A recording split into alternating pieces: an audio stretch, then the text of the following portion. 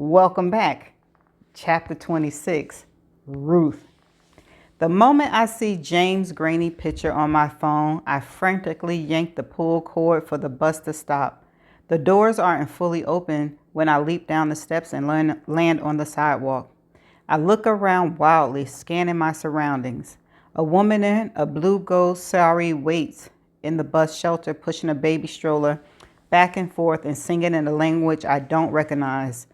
A couple of teenagers are sitting on the steps of a townhouse, exhaling wispy white clouds as they vape. A delivery man with bags of Chinese food stacked in a plastic crate on the back of his scooter whips past me, the aroma of fried food drifting by a moment later. Then I see a slender man walking directly towards me. He's wearing sunglasses and has sandy hair. I melt into the nearest storefront, my heart leaping into my throat. As the man draws nearer, I see he can't be more than 19 or so, the age James was when I last saw him. I step back onto the sidewalk, my legs shaking as I hurry towards home. I have to get a grip. I need to battle back my panic with every ounce of my force of will. Protect Catherine. Protect Catherine. I say the words out loud as I begin to focus on the preparations I have made in anticipation of this day. My emergency bank account, the one Catherine doesn't know about, holds $740. It's running money, amassed through the years, mostly through deposits of $5 or $10 at a time. I keep the ATM card taped to the underside of the passenger seat in our car. I'm going to need that cash now. I didn't get off the bus early solely to change up my routine. I also need to talk to a lawyer. I already have the name of the person I intend to use. I begin to research the day I learned James had been granted parole and added the contact to my phone. I begin to walk briskly, constantly scanning my surroundings, when a car horn blares behind me. I flinch, but I don't miss a stride. Protect Catherine. Protect Catherine. Those two words form a mantra in my mind. Every action I'm about to take is designed to put another steel cage around my daughter and me. I'm glad I followed my instincts and tucked my burner phone in my purse. Since it's untraceable, I need to use it for the first time ever for this conversation. I dial the number for the lawyer, and after 3 rings, he picks up the phone himself. It makes sense that the kind of attorney I can afford doesn't earn enough to pay for an assistant. Even so, my secret fund won't stretch far.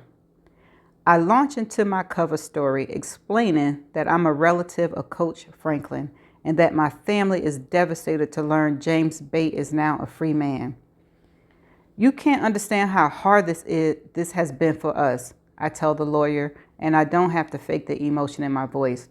We just like to find out where James is living. I don't want my father to bump into James in the grocery store or something. Honestly, that might kill my dad. His health isn't good.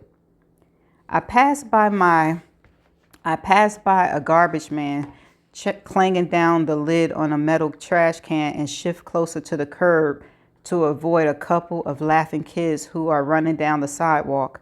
The noises and movements don't pull away my focus now. My purpose is absolute.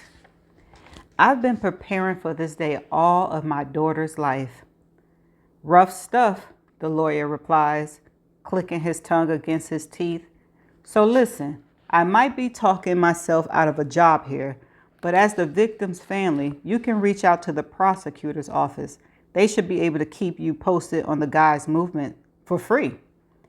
I already know this, but filing such a request would require me to provide information I cannot give to anyone. Those details would drop clues leading directly to me, and even if James never found them, I'm sure the police would. We'd rather keep this quiet. The lawyer is silent for a moment. I wonder if he thinks I have another reason for trying to gather information on James' location without alerting the authorities. Some families must do more than simply fantasize about revenge. I know I would if James so much as breathed in Catherine's direction. They keep a tight leash on these guys. He'll be heading to a halfway house in Baltimore. He's going to have to check in with his parole officer. He won't be running around the streets bothering your family. It's like the lawyer can hear the protest rising in my throat before I utter a word because he continues. Okay, sure, I'll look into it. Give me his full name, and if you have his prison ID, that'll be helpful too. That information was easy to find on the state website during one of my library checks, so I have it and more stored in the notes section beneath the lawyer's name. It's disguised to look like someone's home address. I've got to take a deposition in, the lawyer pauses, and I imagine him looking at his watch. 30 minutes, so I won't be able to get to this till morning. That's okay? James may not even have been released yet. It isn't like giant gates will creak open at precisely 9 a.m. and he'll walk out alone like in the movies. Prisons run on their own schedule. They don't revolve around any particular inmates.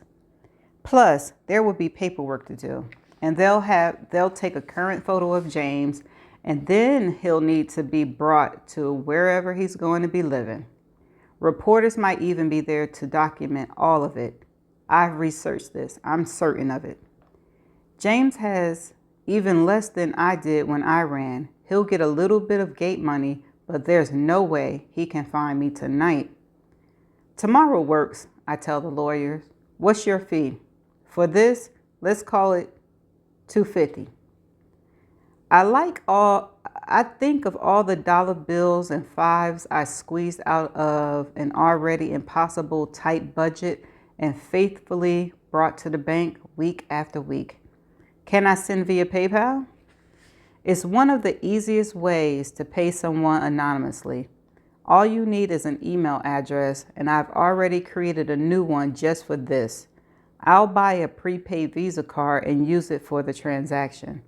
I've had a long time to prepare for this day. I know exactly what to do. Yeah, but wait until I make sure I can find the information on Bates first. Just give me your number and I cut him off as I approached our apartment building. I'll call you tomorrow morning. James is in another state. I tell myself for the 100th time. If he imagines me living anywhere, it's by the beach in California or in a small town outside of Rome. He'd never expect me to be so close to home. No one would. I pull open the door to the lobby and walk to the very back, where there is a row of gray metal boxes for tenants.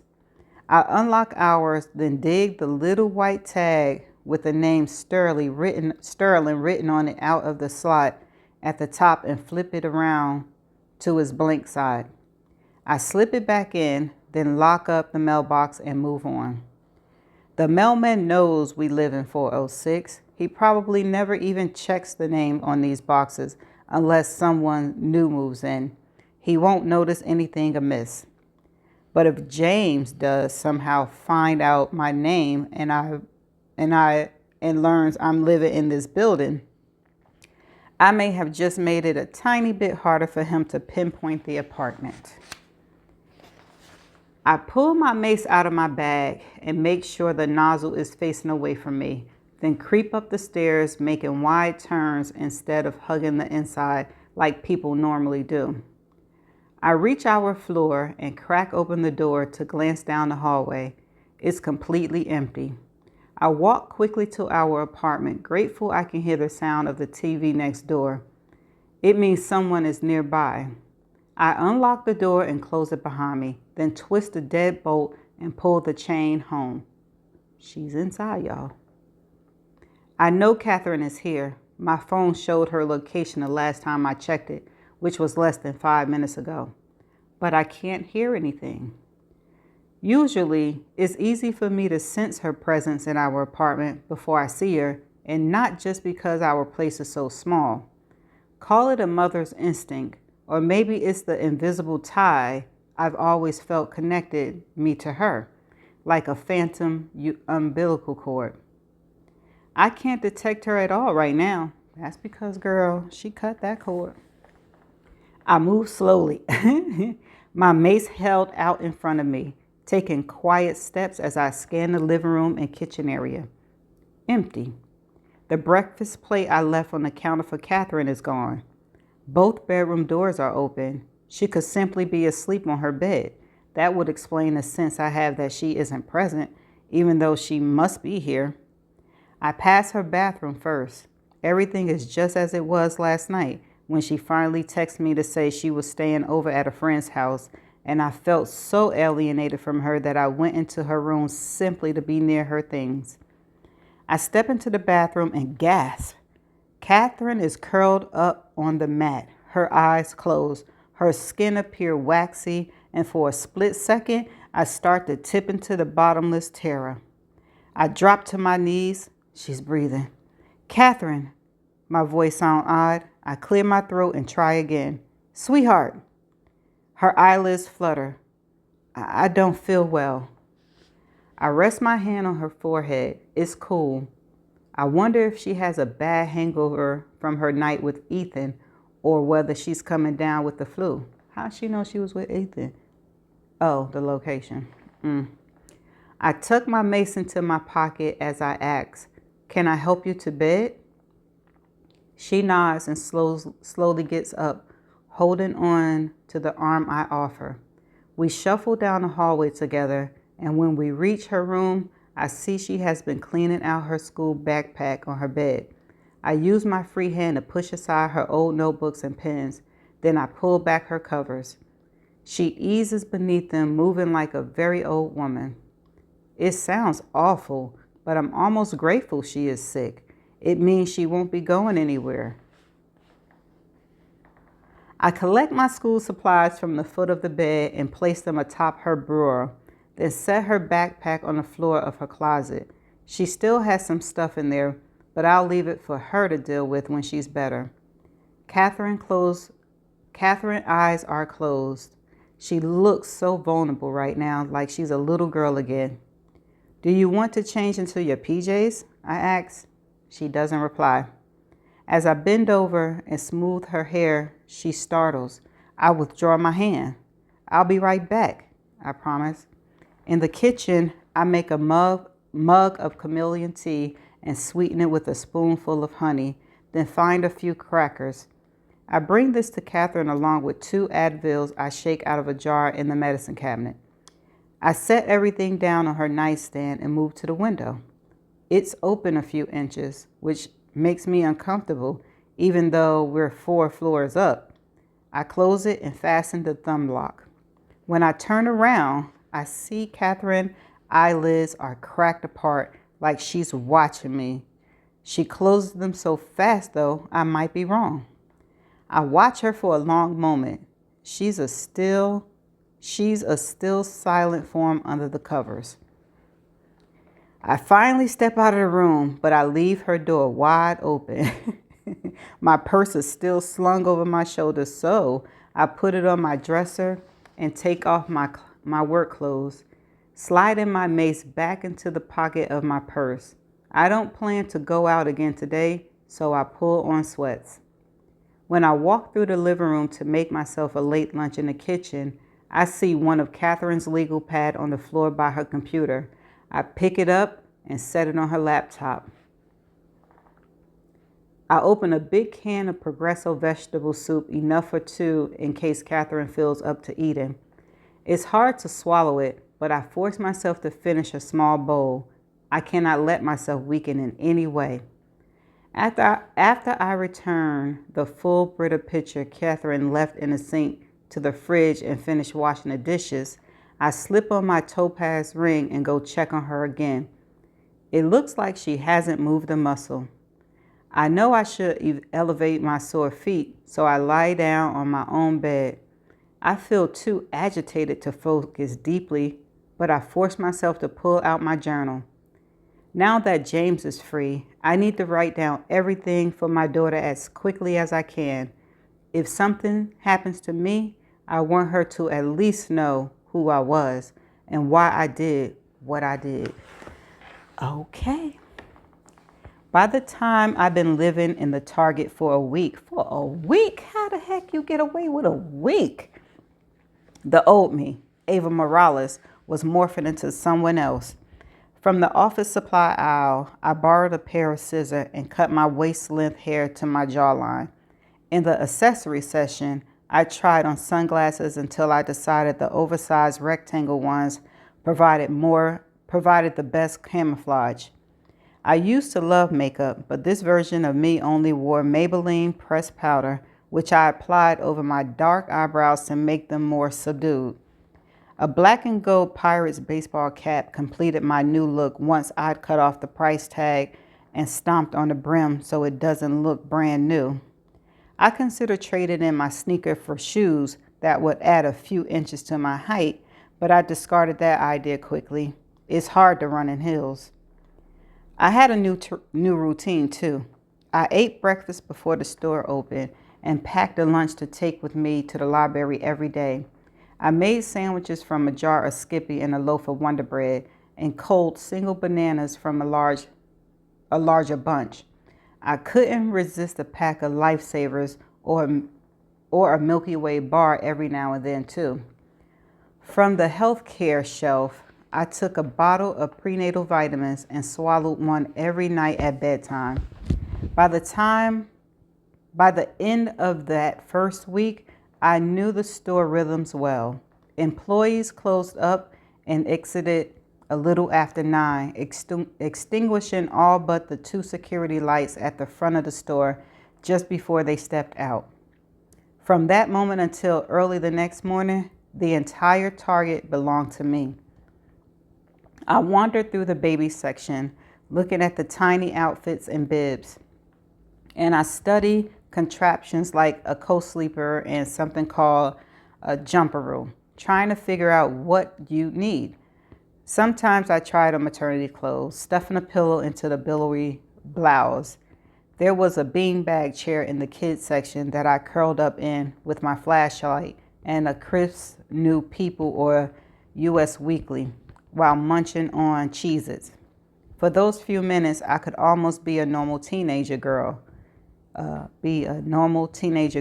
checking out the members of NSYNC and wondering if the cast member of Dawson Creek were dating in real life. Before I went to sleep, I used the bathroom sink to take sponge baths, and I once even washed my hair in it, filling a plastic cup with water and pouring it over my head again and again to rinse. It was a lot easier to manage with short hair. Since I wasn't sure if the cleaners moved the racks of clothes I slept in to vacuum the carpet beneath it, I found a second hiding place. At 16, right before the cleaner showed, At 6:15, right before the cleaner showed up, I climbed onto a low shelf in the toy aisle and lay down behind a row of big boxes containing toy lawn mowers. When the cleaners left, I slipped back into my usual hiding spot and waited for the doors to open. Only once did someone almost catch me. An early bird shopper appeared just after I'd climbed out. I hadn't even had a chance to stand up. I was still crouched on the ground. I ducked my head and pretended to be tying my shoe, praying she didn't notice the laces were already done. But nothing happened, so I guess I fooled her. I knew I couldn't live in the Target forever. Much as I wanted to, a baby wouldn't understand the need to be quiet. Of course, seriously, you're gonna be 9 months pregnant. So a week after I ran away, instead of going to the library to pass the day, I packed up my duffel bag and 15 minutes after the store opened, slipped out of my hiding place and headed toward the front door. I bought a pack of gum from the cashier because it seemed less suspicious than exiting without buying anything. Even if I'd been stopped and my bag searched, they wouldn't find anything incriminating. The flashlight and alarm clock I used were back on the shelf, and the pirate's cap and sunglasses looked like I had owned them for a while. The only clothes in the bag were my own, and I doubt anyone would think the loose granola bars, and half-eaten jar of peanut butter with a missing label belonged to the store. I always made sure to get rid of any unnecessary packaging in case it had an electric security device on it. My trash blended in with the other waste customers threw into the bins at the store. The cashier barely even looked at me as he rang up my grape bubble yum and gave me a few coins in exchange for my dollar. And a moment later, I was out on the sunlit street. I needed to do a couple of things. First, I had to get rid of Coach's watch. I thought about pawning it, but the initials DTF were engraved on the back. It was dangerously distinctive. That's answered my question as to when she pawned and when she got rid of the watch. It also felt haunted. I slept with my head on my duffel bag, and I swear I could hear its faint, relentless ticking through the thin fabric of the bag. I tucked the watch into one of my shirts and buried it beneath all the other clothes in my bag, but I still couldn't muffle the sound, even though I knew it existed only in my mind. I pulled the brim of my cap a little lower and unwrapped the squishy purple piece of gum and popped it in my mouth as I headed to the river. I walked through Market Square and passed by the Andes Warhol Bridge, then found my way to a path adjacent to the river. I walked along it for a half a mile or so, passing joggers and people hurrying to work, and the occasional mom pushing a baby stroller. All the while, I kept my eyes out for a stone that was a little bigger in circumference than my wrist. I found a smooth white-gray one by the base of a tree. I slid the watch band partway over the rock until it fit snugly. I waited for a break in foot traffic, then I moved to the river's edge and hurled the rock as hard as I could. The watch and stone sank together into the calm, murky water. Rings of ripples spread out, small at first, then widened. They seemed to be reaching toward the shore. I took an involuntary step back. I forced away the crazy idea that somehow the watch was crawling back towards me. I began to walk quickly down the path. No one seemed to have paid any attention to what I've done. I'd gotten rid of the only remaining physical link between me and Coach, which meant I wrapped another layer of security around myself. Plus, James had been arrested for Coach's murder, and he hadn't spoken a word about the crime or my involvement. Jack, there's your answer. I'd read about it a few days ago in a newspaper from the periodical racks in the library. I had to keep my focus clear. Even without the watch reminding me of every passing second, I knew I had little time left to find a place for us both to live. The next stop was going to be Pittsburgh University. The semester was well underway, and all my fraternities would be done with rush week. Frat houses were generally welcome places to young females, and one thing I learned during all the years I accompanied my dad to fix up student housing was that there was always a guy on campus who knew how to make fake IDs. I've seen the evidence plenty of times. Some kids didn't even bother to put away their laminated machines and stacks of small passport photos when we came by to repair a leaking sink or board up a window that had gotten broken during a party. Once I secure a passable-looking driver license with a brand new name, I'd pick Joan Smith. I'd apply for jobs.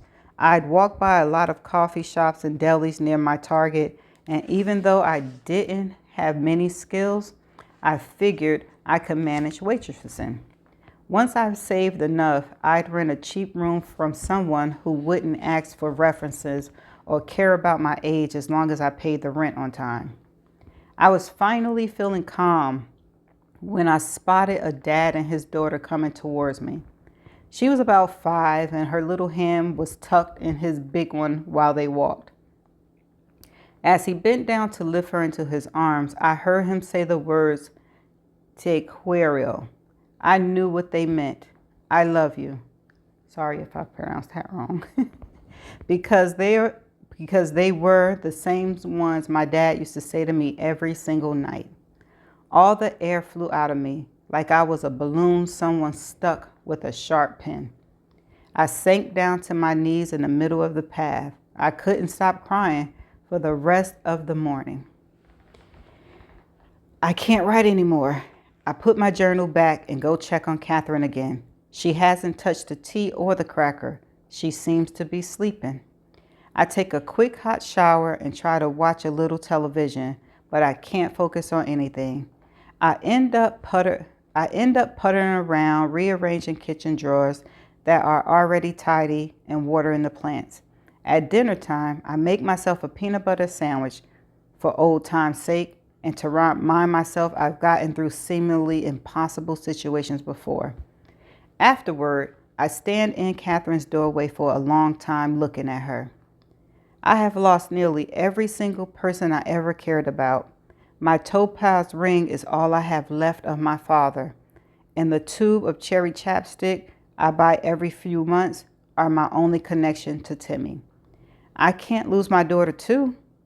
I walk over to her bed and climb in next to her. Even though I know James isn't nearby, I feel better sleeping here tonight. I want to be between the front door and Catherine. I don't feel the slightest bit tired, but somehow I eventually fall asleep.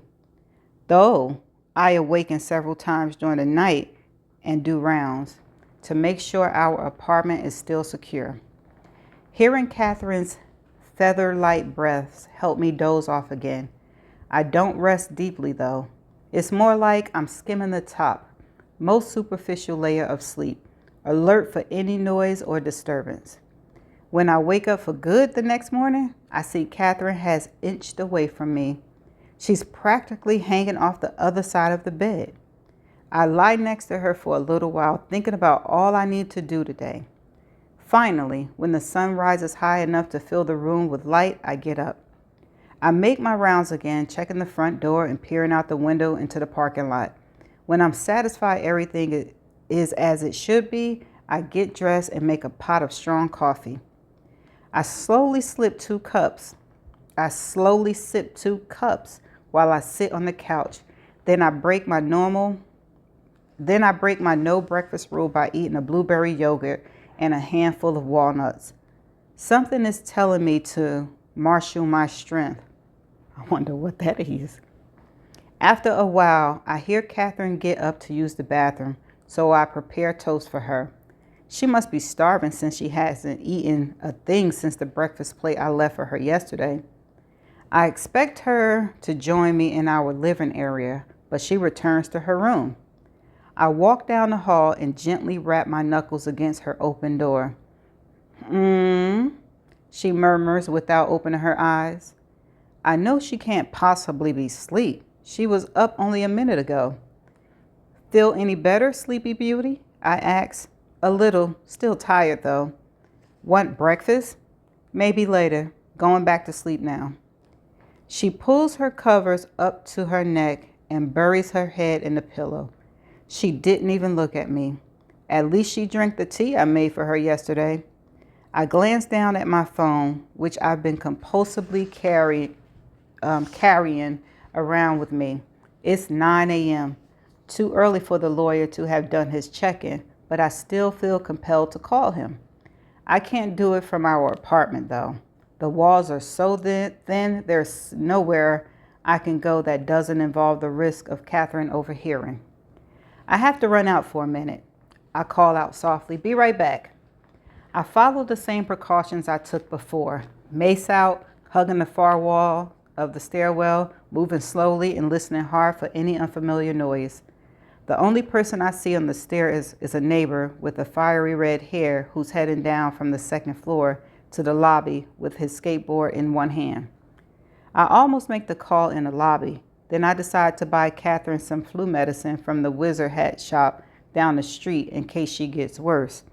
I'd rather be on the street now in the light of day than at night. I walk towards the corner, waiting until I'm about 20 yards away from the apartment before I dial a lawyer's number on my burner phone. The lawyer answers midway through the first ring. He sounds breathless and amped up, saying, "Hello?" before I can get in a word. Something is off in his tone. I stop walking and instinctively shift to stand with my back against the nearest storefront wall. "I'm calling about James." He cuts me off. "This is you, right? The family member. I hate to tell you this, but James Bate is gone." My vision swims. The faces of people passing me are distorted, like I'm seeing them reflected in a funny house mirror. "When?" I manage to gasp. It's hard to talk. It feels like someone's hands are wrapped around my throat. "He left the halfway house in the middle of the night. He's already in violation of parole.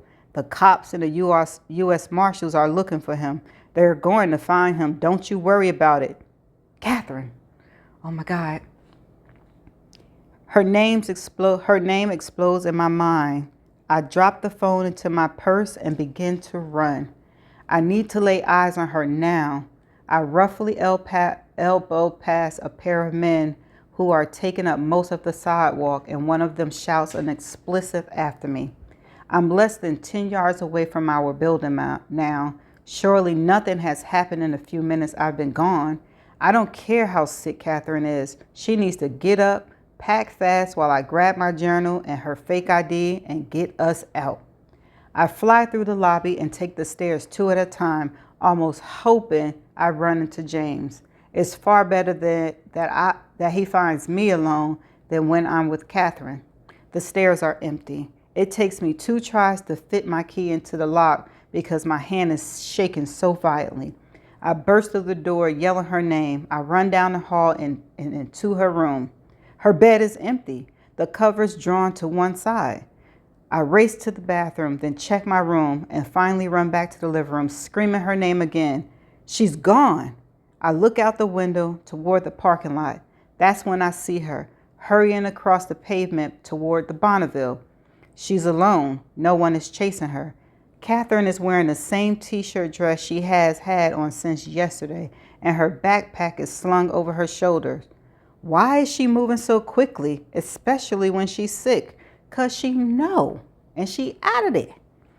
I bang on the glass. "Catherine, Catherine," I shout, even though I know she can't hear me. She gets into the Bonneville and pulls out far too fast, her wheels screeching. I stand there stunned. She acted like it was painful to even move last night. She pretended to be too ill to eat. She must have leaped out of bed the moment I left the house and hurried down the stairs right after I did. I stand there, breathing hard, in complete disbelief. A text chime on my phone, and I instinctively look down. "Things have been intense late, Mom. I guess I need a little break. I'm going away for a few days, but I'll check in later. Please don't text or call me while I'm gone." "No!" I shout. I check her location on my iPhone, frantic to see where she is heading. I wait for the information to pop up as I begin to formulate a plan. I can take a cab and intercept her. Once I have my daughter in my sight again, I will not lose track of her. The map is taking forever to load. I jab at it to refresh it, but it refuses to reveal anything. Catherine is hiding her location from me. That's the end of chapter 26. And can we say, whoa, whoa, whoa. Okay, Catherine. Catherine was so sick of her mother that she had to get up out of there. And Ruth not putting two to two together. And I know she's trying to protect Catherine and everything, but she had an opportunity to find out what was going on when the legal pad was on the floor and she picked it up and just laid it on her laptop. And then she felt the distance between her and Catherine. That's another clue that she didn't pick up on. And then the fact that Catherine didn't even want her to touch her when she laid in the bed. She didn't put two and two together. And now James have left the halfway house Ooh, James is coming for her. I think he gonna be looking for her. Let's see each other in the next chapter, which is chapter 27. Bye.